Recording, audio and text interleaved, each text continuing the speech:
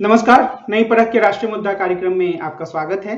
और आज हमारे साथ रोज की तरह ही प्रोफेसर अभय कुमार दुबे हैं। इनसे हम बात करेंगे हाल फिलहाल में जो राज्य में चुनाव हो रहे हैं और उनमें जो प्रवृत्तियां सामने आ रही हैं उनके बारे में। कार्यक्रम को आगे बढ़ाने से पहले मैं आप लोगों से अनुरोध करूंगा कि आप नई परख चैनल को जरूर सब्सक्राइब करें और हमारे साथ नियमित रूप से जुड़ें। अभय सर, नमस्कार। नमस्कार। मध्य प्रदेश में कल एक चरण में ही पूरा चुनाव समाप्त हो गया और छत्तीसगढ़ में दूसरे चरण का मतदान हुआ और वहां भी चुनाव समाप्त हो गया। तो अगर हम मध्य प्रदेश की बात करें तो चुनाव समाप्त होने के बाद आपको क्या लगता है, कौन सी पार्टी आगे है, किसे जीत मिलने की संभावना ज्यादा है?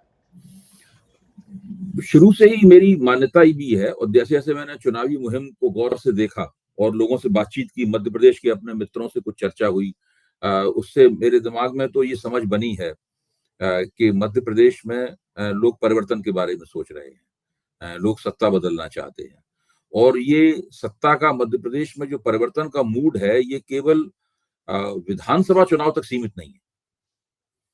क्योंकि ये तो बहुत लोग कह रहे हैं कि मध्य प्रदेश में परिवर्तन हो सकता है, लेकिन ये कोई नहीं कह रहा है। जो मैं कहने जा रहा हूं वो ये है कि ये चीज विधानसभा तक सीमित नहीं रहेगी।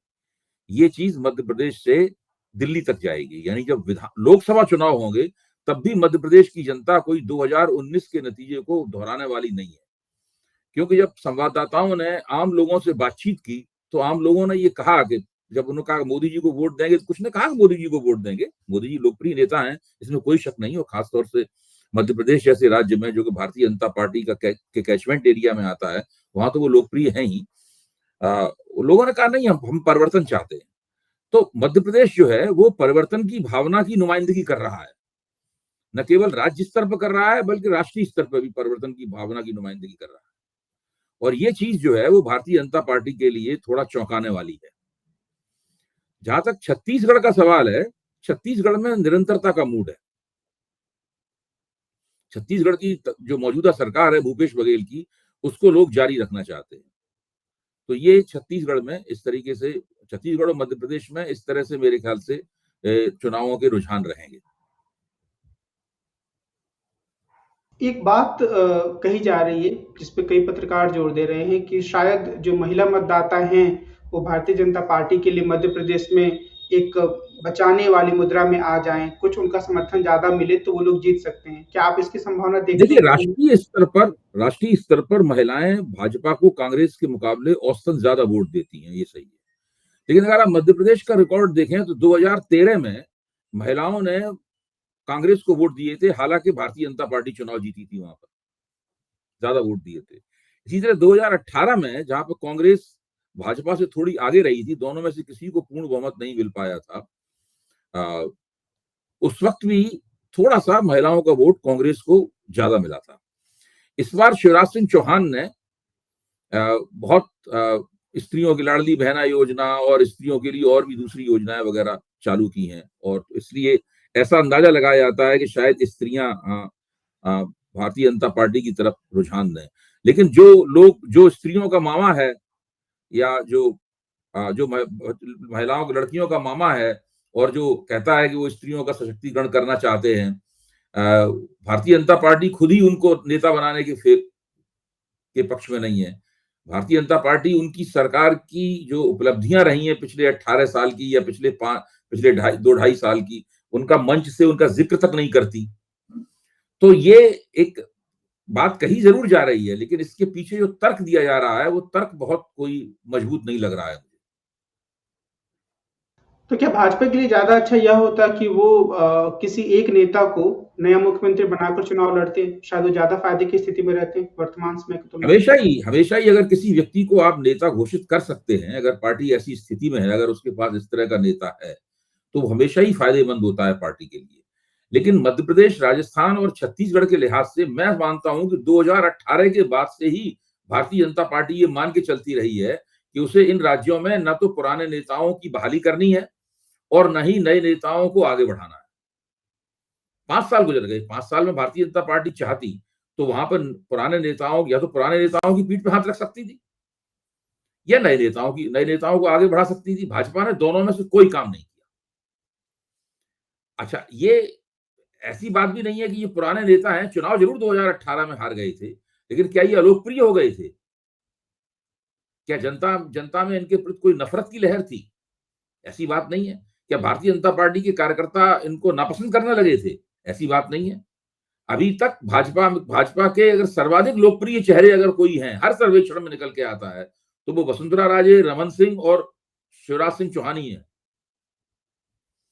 इसके बावजूद भी भारतीय जनता पार्टी इन तीनों को प्रमुखता देते हुए नहीं दिखती। मैं तो इसका मतलब एक अलग तरह का निकालता हूं। मेरा मानना है कि 2018 में जब लोगों ने चुनाव हारा, तभी से भारतीय जनता पार्टी ने तय कर लिया था कि इन प्रदेशों में कोई भी स्थानीय नेतृत्व विकसित नहीं करना है। चुनाव मोदी के नाम पे लड़ा जाएगा, मोदी के चेहरे के नाम पे लड़ा जाएगा, बस उसको एक बार सामूहिक नेतृत्व का एक आवरण दे दिया गया है। और अगर हम चुनाव जीत गए तो हम अपने आदमी बैठाएंगे जो आला कमान से नियंत्रित होंगे, और प्रधानमंत्री दफ्तर तय करेगा कि इन प्रदेशों का राजकाज कैसे चलाया जाए। और अगर हार गए तो 2018 में भी हार गए तो उससे क्या फर्क पड़ता है? 2019 में हम जीत गए थे, 2023 में हार गए थे, 2024 में जीत जाएंगे। तो 2018 और 19 का जो समीकरण है वो अभी तक भारतीय जनता पार्टी के आला कमान के दिमाग पर हावी है। अच्छा, मोदी जी और आला कमान, मौजूदा आला कमान भाजपा का, इन तीनों नेताओं को जाति तौर पर नापसंद करता है। वो नहीं चाहता कि तीनों नेता भाजपा का नेतृत्व करें। अच्छा, क्यों नापसंद करता है, ये भी अपने आप में न समझ में आने वाली बात है। अगर केवल चुनाव हारना ही एक मानदंड होता, तो बीच में जब ज्योतिरादित्य सिंधिया को तोड़कर भाजपा ने अपनी सरकार बनाई, तो शिवराज सिंह चौहान को क्यों मुख्यमंत्री बनाया गया? बिना आलाकमान की मर्जी के तो नहीं बन सकते थे। आलाकमान किसी और को भी बना सकता था मुख्यमंत्री। अगर आलाकमान को एक ओबीसी नेता, शिवराज सिंह चौहान ओबीसी हैं, अगर ओबीसी नेता की जगह दूसरा ओबीसी बैठाना था, तो वो जिन प्रहलाद पटेल को अभी चुनाव लड़वा रहा है एमएलए का, उन प्रहलाद पटेल को जो लोधी राजपूत जाति से आते हैं, उनको ओबीसी की जगह ओबीसी बैठा सकता था। तो ये जो पूरा रवैया है भाजपा आलाकमान का, मध्य प्रदेश के लिए, छत्तीसगढ़ के लिए, राजस्थान के लिए, ये रवैया मुझे लगता कुल मिलाकर भारतीय जनता पार्टी के लिए मुफीद साबित नहीं होगा। क्या इसके पीछे यह सोच भी थी कि ये जो नेता हैं, चाहे वसुंधरा राजे हों, चाहे शिवराज सिंह चौहान हों, इनकी कुछ लोकप्रियता है, तो इसकी लोकप्रियता का भी थोड़ा फायदा लिया जाए और बाद में चुनाव के बाद इन्हें मुख्यमंत्री ना बनाया जाए? ये भी सोच रही होगी अगर हम सकारात्मक तरीके से देखें तो। नहीं, अगर ऐसा होता तो कम से कम ये कम से कम उनकी सरकारें जो थी, उन सरकारों की उपलब्धियों का, अगर उनकी लोकप्रियता का फायदा उठाना है तो भाई उनका इस्तेमाल करना पड़ेगा ना। उन्होंने जब सरकार चलाई तो कहना पड़ेगा ना मंच से आपको कि हमने इनके नेतृत्व में कितनी अच्छी सरकार चलाई थी। तभी तो उनके समर्थकों का, उनका अपना जो निजी दायरा है, उनका अपना जो निजी, हर नेता का 18 साल तक जो आदमी मध्य प्रदेश का मुख्यमंत्री रहा, उसका कोई निजी राजनीतिक दायरा तो होगा। बहुत सारे 18 साल में यानी कितने कार्यकर्ता उसके आशीर्वाद से, उसकी मदद से बने होंगे, जो उसके प्रति कृतज्ञता महसूस करते होंगे, यानी कितने एमएलए उसने बनाए होंगे, कितने एमएलए को शिवराज सिंह चौहान ने अपने रसूख के आधार पर टिकट दिया होगा, वो सब चुने गए होंगे, वो सब उनके अपने राजनीतिक कैरियर के लिए उनके प्रति कृतज्ञता व्यक्त करते होंगे। अगर उनका ही समर्थन प्राप्त करना था तो फिर उनका अपमान करने की क्या आवश्यकता थी? आपकी वोटर लिस्टें, आपकी जो टिकट की लिस्टें निकल रही हैं, उसमें तीसरी लिस्ट तक नाम ही नहीं है शिवराज सिंह चौहान का। वो जनता से पूछ रहे हैं मैं अगला मुख्यमंत्री बनूं या ना बनूं, मैं चुनाव लड़ूं या ना लड़ूं, मोदी जी प्रधानमंत्री बने या ना बने, ये भी उन्होंने पूछा था उसी के साथ में। तो अब इससे अंदाजा लगा सकते हैं कि हुआ क्या है वहां पर। कल जब मतदान हो रहा था तो दोपहर के आसपास जो मध्य प्रदेश के गृह मंत्री हैं नरोत्तम मिश्रा, उन्होंने एक बयान दिया कि लोगों को सोच समझकर इस चुनाव में वोट देना चाहिए, क्योंकि अगर भाजपा हारी तो पाकिस्तान में पटाखे छूटेंगे, जो कि उन लोग का एक प्रसिद्ध जुमला है, हर चुनाव के पहले इस्तेमाल होता है। तो क्या ये बेचैनी को ही दिखाता है कि कहीं अंदाजा हो चुका है कि लोग उनको वोट नहीं डाल रहे हैं? नरोत्तम मिश्रा तो भाजपा के सभी नेता सांप्रदायिक होते हैं, लेकिन वो सांप्रदायिकों में भी घोर सांप्रदायिक है। तो वो एक तरह से चुनाव आयोग को उसका संज्ञान लेना चाहिए था। वो तो ये कह रहे थे कि आप कमल में बटन दबाएं, जिस दिन आप मतदान हो रहा है उसमें किसी व्यक्ति को ये अपनी पार्टी का चुनाव प्रचार करने का अधिकार नहीं है, लेकिन वो खुल के ये कर रहे थे। तो उन्होंने, चुनाव आयोग ने अरविंद केजरीवाल और प्रियंका गांधी को तो नोटिस दे दिया कि उन्होंने प्रधानमंत्री के खिलाफ कुछ आपत्तिजनक बातें कही हैं, लेकिन नरोत्तम मिश्रा का उन्होंने कोई संज्ञान नहीं लिया की बात का। वो पूरे दिन कहते रही ये बात, एक बार नहीं कही उन्होंने, एक बार धोखे से निकल जाती है। जब जब उनसे पत्रकारों ने आगे पूछा तब तब उन्होंने ये बात कही। पहले से ही दतिया के चुनाव को लेकर एक फैसला लटका हुआ है, जो अब नया चुनाव शुरू हो गया है इसलिए उस फैसले का कोई मतलब नहीं रह गया है। तो ये वो तो इसे कहते हैं ना, सीरियल डिफॉल्टर है और कोई असर नहीं पड़ता है। चुनाव आयोग ऐसे लोगों को फिट नहीं करता है, चुनाव आयोग ऐसे लोगों को कटघरे में नहीं खड़ा करता है। और ये पूरी प्रक्रिया जो है वो इस तरह की है, इसमें जो मन में आए करता रहता है। चुनाव आयोग अगर सत्तारूढ़ दल का है, चुनाव आयोग उसको कभी नोटिस नहीं देता।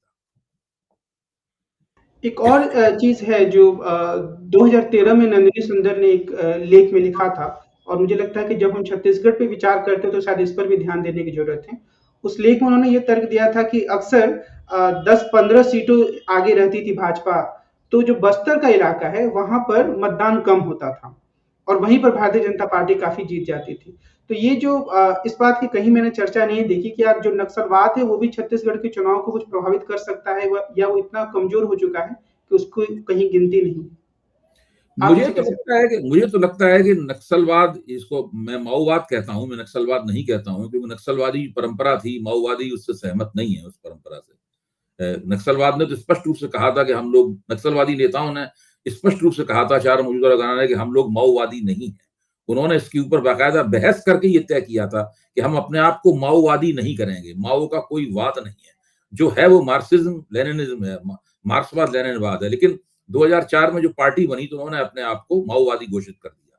तो वो नक्सलवादी परंपरा से एक विचलन है, बहुत महत्वपूर्ण विचलन है। मीडिया में सरकारी लोग ये कहते हैं, लेकिन हम लोग इस बात को ना कहें। तो ये लोग माओवादी हैं। तो माओवादियों का प्रभाव, वो माओवादियों के प्रभाव का छत्तीसगढ़ में, बस्तर में, अबूझमाड़ में, दांतेवाड़ा में ये लगातार इसका क्षय हुआ है। अब ये पहले जितने प्रभावी नहीं रह गए। अभी भी उन्होंने कुछ सुरंगें फोड़ी हैं, एक दो लोग उनकी वजह से मर भी गए हैं, लेकिन वो बात नहीं रह गई है जो पहले रह गई थी। तो अभी भी छत्तीसगढ़ में जो कुल मिला के मतदान हुआ है, हम लोग मतदान के आंकड़ों पर गौर कर सकते, देख सकते हैं कि बस्तर में कितना मतदान हुआ है। ये सब अभी मुझे आंकड़े अभी ध्यान नहीं है, लेकिन आंकड़ों पे देखेंगे तो आप पाएंगे कि ऐसा कोई खास फर्क नहीं है। और ये बात पहले कही जाती थी, लेकिन पिछली बार तो भाजपा का चुनाव में सुपड़ा साफ हो गया था, और इस बार भी भाजपा की जीतने की कोई गुंजाइश नहीं है। तो इससे साफ लगता है कि वो जो बस्तर वाला और आदिवासी वोटरों के कम होने का जो फैक्टर था, वो फैक्टर काम नहीं कर रहा है पिछले 5 साल से। एक वीडियो चल रहा है राजस्थान का, जहां पर कल चुनाव घोषणा पत्र जारी किया जा रहा था। जेपी नड्डा मंच पर हैं और शेखावत हैं, जिन्होंने मुख्यमंत्री के बेटे को हराया था, और बीच में वसुंधरा राजे हैं। तो एक पोस्टर था जो कि शेखावत वसुंधरा राजे के हाथों से ले लेते हैं, और वसुंधरा राजे साफ तौर पर नाराज दिखती हैं, और सब लोग जब पोस्टर को दिखाते हैं तो वसुंधरा राजे नहीं दिखाती हैं। तो कांग्रेस और दूसरे दलों के द्वारा बार बार इस चीज को दिखाया जा रहा है कि कैसे वसुंधरा राजे का अपमान किया गया। तो क्या इस तरह के वीडियो जो हैं वो भाजपा की स्थिति को दिखाते हैं, और क्या चुनाव को प्रभावित करते हैं, या इनका कुछ खास? ये चीज भाजपा की जो अंदरूनी गड़बड़ियां हैं उसको दिखाते हैं। चुनाव को ये कोई प्रभावित करते हो। अब उसमें क्या है कि वसुंधरा राजे का जो अपना प्रभाव क्षेत्र है, वसुंधरा राजे बड़ी नेता है राजस्थान की, उनके नेतृत्व में पहली बार भाजपा को पूर्ण बहुमत प्राप्त हुआ था। लेकिन हर नेता का एक विशेष आधार होता है। तो उस आधार में इस चीज का बहुत असर पड़ेगा। उस आधार में वहां पर लोग इस बात को लेकर बहुत ही नाजुक मिजाज होते हैं कि उनके नेता के साथ क्या हो रहा है, और खासतौर से तब जब उनके नेता को घोषित नहीं किया गया होगा, उन्हीं को प्रधानमंत्री बनाया जाएगा। तो मेवाड़ का इलाका है, जो झालावाड़, ये सब जो पूरे इलाके, यहाँ से खुद भी चुनाव लड़ रही हैं। तो इस इलाके में जो उनके विशिष्ट प्रभाव वाला इलाका है, निजी तौर पे उनको लोग अपना मानते हैं, वहां पे इस चीज का बहुत असर पड़ेगा। और इस तरह का असर अगर कुछ ठीक से पड़ गया तो उससे कांग्रेस की बड़ी मदद होगी। कल जो कांग्रेस अध्यक्ष हैं उन्होंने कांग्रेस का घोषणा पत्र जारी किया तेलंगाना में, और मैं देख रहा था कि हर एक विषय पर जो बीआरएस ने जो वायदे किए हैं उससे कांग्रेस एक कदम आगे बढ़कर ही वायदा कर रही है। तो ये जो अलग अलग तरह के वायदे हैं, और चूंकि चुनाव काफी नजदीक है वहां पर, तो क्या इससे कांग्रेस को मदद मिल सकती है, या फिर कुछ और आधार होंगे जिसपे कांग्रेस पीछे है और उसको और जोर लगाने की जरूरत है? मैं ये मानता हूं कि सभी पार्टियां, चाहे सत्तारूढ़ शक्तियां हों, चाहे उनका विरोध कर रही शक्तियां हों, उनको चुनौती दे रही शक्तियां हों, वायदा करने में, अपनी अपनी गारंटियां देने में, अपने अपने लाभार्थी बनाने में अब एक दूसरे से होड़ कर रही हैं। ये एक कम्पिटिटिव पॉपुलिज्म है और ये एक दूसरे को कैंसिल कर रहा है। अब इनका कांग्रेस का लाभार्थी और बीआरएस का लाभार्थी एक दूसरे को कैंसिल कर रहा है। तो ये चीज मुझे नहीं लगता कि अब चुनाव जीतने में एक महत्वपूर्ण कारक रह गई है। 2019 तक जब केवल भाजपा ही इस क्षेत्र में काफी आगे थी और दूसरी अरविंद केजरीवाल ने शुरुआत कर दी थी, तो ये इसका असर भाजपा के पक्ष में दिखाई पड़ता था। लेकिन 2019 के बाद में उत्तरोत्तर भाजपा को इसका फायदा कम होता गया है, क्योंकि अब सभी लोग ऐसा कर रहे हैं, कोई खास बात नहीं रह गई है। तो अब तो पब्लिक कहती है कि भाई सभी हमें दे रहे हैं, हम इस आधार पे किसी को क्या दें। इसीलिए सुशासन की कैटेगरी अलग हो गई है और लाभार्थी कैटेगरी अलग हो गई है। तो जनता वोट, मेरा मानना है जनता वोट देने का फैसला सुशासन के आधार पर देगी। सत्तारूढ़ दल ने सुशासन दिया कि नहीं दिया, जो उसे चुनौती दे रहा है उसकी सुशासन देने की संभावना है कि नहीं है, उसका ट्रैक रिकॉर्ड क्या है, इन सब चीजों को देख के वोट करेगी। एक आखिरी सवाल छोटे दलों के बारे में, जो 4 राज्य हैं, तेलंगाना, मध्य प्रदेश, राजस्थान और छत्तीसगढ़, यहाँ पर कई छोटे-छोटे दल भी चुनाव लड़ रहे हैं, जिनकी थोड़ी-थोड़ी चर्चा होती है। लेकिन इनकी भूमिका को आप कैसे देखते हैं? एक प्रवृत्ति तो है कि जो सीधे तौर पे जो कांग्रेस जैसे दल है, वो कह देते हैं कि भारतीय जनता पार्टी के एजेंट हैं, कम से कम ओवैसी जैसे लोगों के बारे में। लेकिन क्या आम तौर पे इनका कोई प्रभाव है और ये क्या चुनाव को प्रोफेसर संजय कुमार ने, जो हम लोगों के मित्र भी हैं, उन्होंने एक लेख लिखा है भास्कर में, जिसमें खास तौर से इन्हीं चुनाव में जो छोटी पार्टियां हैं उनके रिकॉर्ड के ऊपर रोशनी डाली गई है। तो संजय को एक आध पार्टी को छोड़ के बाकी सभी जगह छोटे दलों का जो प्रभाव क्षेत्र है, उनको मिलने वाले वोटों में गिरावट देखी गई है। यानी दो लगातार गिरावट है, वो दिखाते हैं अपने आंकड़े उन्होंने दिए हैं काफी विस्तृत, उसमें गिरावट है। इसका मतलब ये है कि छोटे दल, यानी जो टीवी पे जब आप देखते हैं चुनाव का नतीजा, उसमें एक अन्य की श्रेणी आती है, छोटे दल अन्य में आते हैं।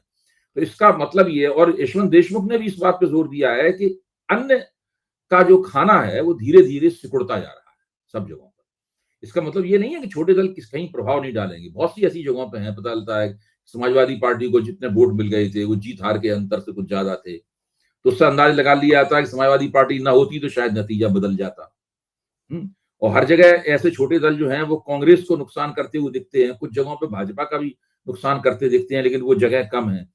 लेकिन धीरे धीरे हो ये रहा है, रुझान ये है कि अन्य जो हैं वो चुनावी होड़ में पिछड़ते जा रहे हैं और जनता उनको उत्तरोत्तर गंभीरता से कम ले रही है। तो इस चुनाव में उनका असर कुछ पड़ेगा, लेकिन मुझे नहीं लगता कि इस चुनाव में वो कोई बहुत निर्णायक असर डाल पाएंगे। तो आज की बातचीत को हम यहीं विराम देते हैं। हम कल फिर मिलेंगे और देश की राजनीति से जुड़े कुछ प्रमुख मुद्दों पर प्रोफेसर अभय कुमार दुबे से बातचीत करेंगे।